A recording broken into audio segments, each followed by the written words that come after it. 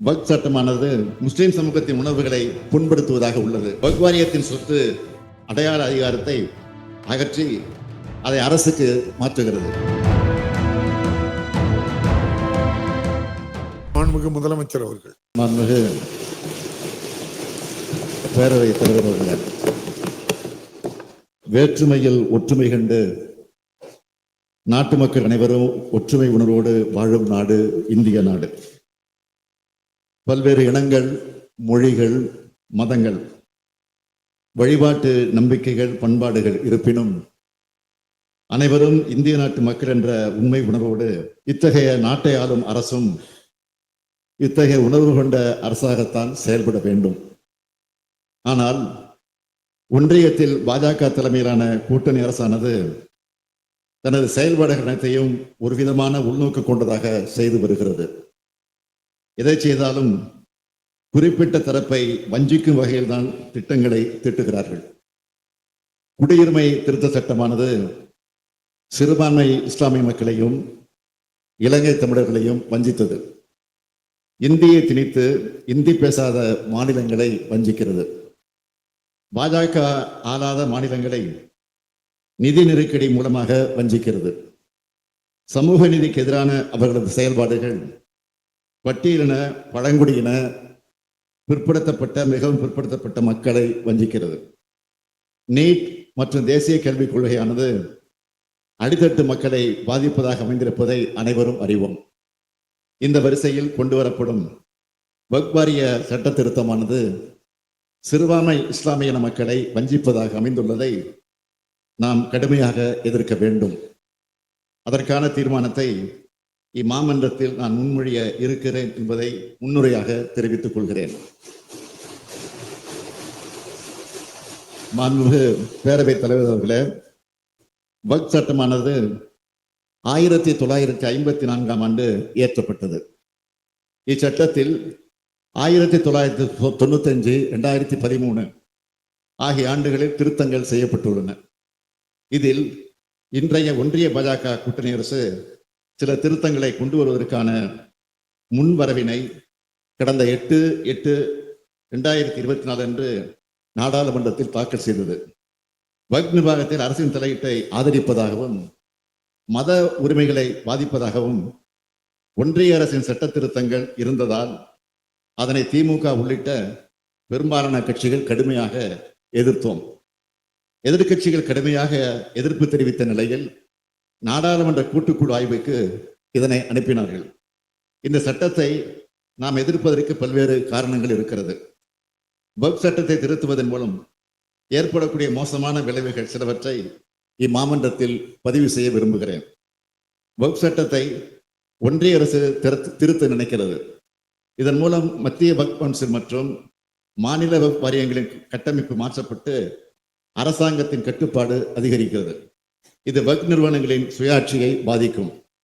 வக்ஃப் நிலங்களை நில அளவை செய்யும் அதிகாரம் நில அளவை ஆணையரிடமிருந்து மாவட்ட ஆட்சியருக்கு மாற்றப்பட்டுள்ளது. இதன் மூலமாக வக்ஃப் நிலவரம் குறித்து முடிவு செய்யும் அதிகாரம் வக்ஃப் வாரியத்திடமிருந்து நீக்கப்பட்டுள்ளது. அரசு சொத்து என்று அடையாளம் காணப்பட்ட அல்லது அறிவிக்கப்பட்ட வக்ஃப் சொத்து இந்த சட்டம் தொடங்குவதற்கு முன் அல்லது பின் என்றாலும் வக்ஃப் சொத்தாக கருதப்படாது என்று இந்த சட்டம் கூறுகிறது. இது அரசுக்கு சொத்துக்களை மறுவகைப்படுத்தப்படும் அதிகாரத்தை அளிக்கிறது. 5 ஆண்டுகளுக்கு குறையாமல் இஸ்லாமிய பின்பற்றிய ஒரு நபர் மட்டும் வக்ஃப் அறிவிக்க முடியும் என்று கட்டுப்படுத்துகிறது. இது முஸ்லிம் அல்லாதவர்களால் உருவாக்கப்பட்ட வக்ஃப்களை செல்லாது என்று ஆக்கலாம் என்ற அச்சத்தை உருவாக்குகிறது. இஸ்லாமிய மக்களில் 2 குறிப்பிட்ட வகுப்பினருக்கு தனி சொத்து வாரியம் உருவாக்க முயற்சி செய்கிறார்கள். மாநில வக்ஃப் வாரிய உறுப்பினர்களுக்கும் தலைவருக்கும் தேர்தல் முறையானது ரத்து செய்யப்பட்டுள்ளது. மாநில வக்ஃப் வாரியங்களில் 2 முஸ்லிம் அல்லாத உறுப்பினர்களை சேர்க்க வேண்டும் என்று இந்த சட்டம் கட்டாயப்படுத்துகிறது. இது முஸ்லிம்களின் மத நிர்வாகத்தில் அரசு தலையிடுவதாகும். வக்ஃப் சொத்துக்களை பதிவு செய்யும் முன் மாவட்ட ஆட்சியை சரிபார்க்க வேண்டும் என்று இந்த சட்டம் கூறுகிறது.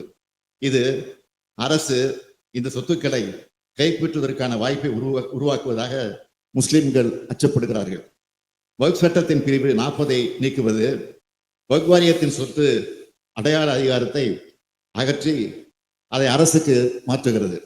இது அரசியலமைப்பின் பிரிவு 26 கீழ் மத சுதந்திரத்தை மீறுவதாகும். ஒர்க் பயனர், ஒர்க் பை யூசர் என்ற பிரிவை நீக்க திட்டமிட்டுள்ளார்கள். நீண்டகால பயன்பாட்டின் அடிப்படையில் ஒர்க் சொத்துக்களை அங்கீகரிக்கும் பாரம்பரியத்தை இது அகற்றுகிறது. இது முஸ்லிம் சமூகத்தின் உணர்வுகளை புண்படுத்துவதாக உள்ளது. லிமிட்டேஷன் ஆக்ட் என்று சொல்லப்படும் காலவரையறை சட்டம் வக்ஃப் சொத்துக்களுக்கும் பொருந்தும் என்று சொல்லப்பட்டுள்ளது. அறநிலையங்கள் மற்றும் பொது தொண்டு நிறுவனங்கள் இனி வக்ஃப் என கருதப்பட மாட்டாது. இந்த பிரிவுகள் முஸ்லிம் சமூகத்தின் எதிர்ப்புக்கு முக்கிய காரணங்களாக உள்ளன. இதனை ஒன்றிய அரசு கொஞ்சமும் சிந்தித்து பார்க்கவில்லை. இந்த அடிப்படையில் வக்ஃப் நிர்வாகத்தில் அரசின் தலையீட்டை அதிகரிப்பதாக ஒன்றிய அரசின் சட்ட திருத்தம் அமைந்துள்ளது. இது சிறுபான்மை இஸ்லாமிய மக்களின் மத உரிமைகளை பாதிப்பதாகவும் இருக்கிறது. இதனை நாடாளுமன்ற கூட்டுக்குழுவிடம் தெளிவாக சொல்லி இருக்கிறது. நாடாளுமன்ற கூட்டுக்குழுவில் இடம்பெற்றிருக்கக்கூடிய திமுக உறுப்பினர்களான முன்னாள் அமைச்சரும் நீலகிரி நாடாளுமன்ற உறுப்பினருமான ராசா அவர்களும் மாநிலங்களவை உறுப்பினர் MM அப்துல்லா அவர்களும் கடுமையாக தங்கள் கருத்தை பதிவு செய்திருக்கிறார்கள். திமுக மட்டும் இல்லாமல் இந்தியாவில் உள்ள முக்கிய கட்சிகளும் எதிர்ப்பை பதிவு செய்திருக்கிறார்கள். ஆனால் எதிர்க்கட்சி உறுப்பினர் திருத்தங்களை நாடாளுமன்ற கூட்டுக்குழு நிராகரித்திருக்கிறது. நாடாளுமன்ற கூட்டுக்குழு முடிவுகளுக்கு ஒன்றிய அமைச்சரவை ஒப்புதலும் வழங்கிவிட்டது. இந்த நிலையில் வக்ஃப் திருத்த சட்டமானது எந்த நேரத்திலும் நாடாளுமன்றத்தில் தாக்கல் செய்யப்படலாம். இஸ்லாமிய மக்களை வஞ்சிக்கும் சட்டத்திற்கு எதிரான நமது எதிர்ப்பை பதிவு செய்ய வேண்டியது அவசியம் என்று நான் கருதுகிறேன். சிறுபான்மையின மக்களுக்கு எதிரான மத சுதந்திரத்தை நிராகரிக்கும் அரசியலமைப்பு சட்டத்துக்கு விரோதமான வக்ஃப் நோக்கத்துக்கு எதிரான நீதிமன்ற தீர்ப்புகளுக்கு முரணான குழப்பமான தேவையற்ற பல்வேறு பிரிவுகள் வக்ஃப் சட்ட திருத்தத்தில் இருக்கின்றன. இந்த திருத்த சட்டமானது வக்ஃப் அமைப்பையே காலப்போக்கில் செயல்பட விடாமல் முடக்கிவிடும். எனவே நாம் இதனை எதிர்க்க வேண்டியவர்களாக இருக்கிறோம். தீர்மானம்: இந்திய திருநாட்டில் மத நல்லிணக்கத்துடன் அனைத்து மதங்களை சார்ந்த மக்களும் ஒற்றுமையாக வாழ்ந்து வருகின்றனர். அனைத்து மக்களுக்கும் அவரவர் மதங்களை பின்பற்றுவதற்கு அரசமைப்பு சட்டம் உரிமை வழங்கி இருக்கிறது. அதை பேணி காக்கும் கடமை தேர்ந்தெடுக்கப்பட்ட அரசுகளுக்கு உள்ளது.